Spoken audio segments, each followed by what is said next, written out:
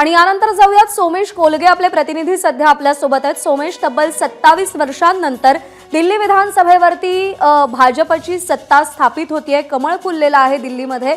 कसं वातावरण सध्या दिल्लीतल्या भाजपच्या कार्यकर्त्यांमध्ये आपल्याला दिसतंय?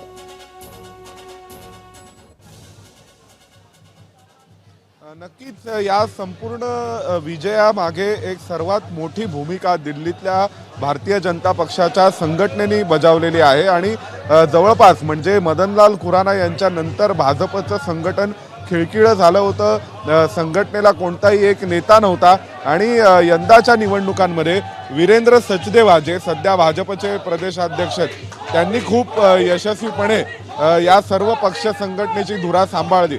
त्यामुळे वीरेंद्र सचदेवा यांनाच मुख्यमंत्री केलं जाणार का हा प्रश्न आहे, कारण दिल्ली खूप मोठ्या प्रमाणावर त्यांनी पिंजून काढलेली आहे। परंतु तरुण चुग आणि दुष्यंत गौतम हे दोन राष्ट्रीय महासचिव आणि थेट अमित शहा नरेंद्र मोदी यांच्या टीममध्ये काम करणारी दोन नावं आहेत। त्यामुळे यांच्याही नावाचा विचार हा दिल्लीच्या मुख्यमंत्री पदासाठी होऊ शकतो। परंतु वीरेंद्र सचदेवा, रमेश बिदुडी, त्यानंतर दुष्यंत गौतम, तरुण चुग अशा नावांची चर्चा ही दिल्लीच्या मुख्यमंत्री पदासाठी आहे। परंतु या सगळ्याच्या पलीकडे जाऊन कुठला तरी एखादा सरप्राईज एलिमेंट आणि अगदीच वेगळा आणि नवा चेहरा देखील मुख्यमंत्री पदासाठी दिला जाऊ शकेल।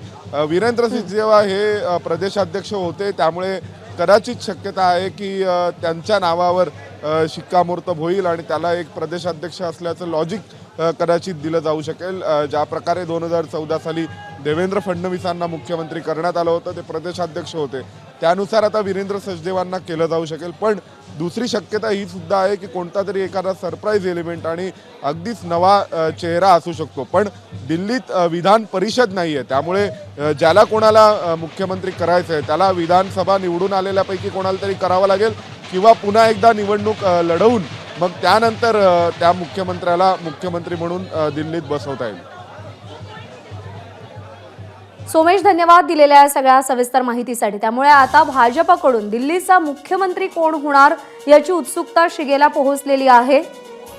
एक महाराष्ट्र वगळला तर इतर राज्यांमध्ये ज्यावेळी भाजपनं विजय संपादित केला त्यावेळी एक सरप्राइजिंग एलिमेंट मुख्यमंत्री पदासंदर्भात आपल्याला कायमच पाहायला मिळाला। हरियाणा असेल, मध्य प्रदेश असेल, राजस्थान असेल, चर्चेत नसलेली नावं मुख्यमंत्रीपदी विराजमान करण्यात आली आणि दिल्लीमध्ये सुद्धा हा पॅटर्न कंटिन्यू होतो का, हाच पॅटर्न राबवला जातो का याकडे देखील सगळ्यांचं लक्ष लागलंय।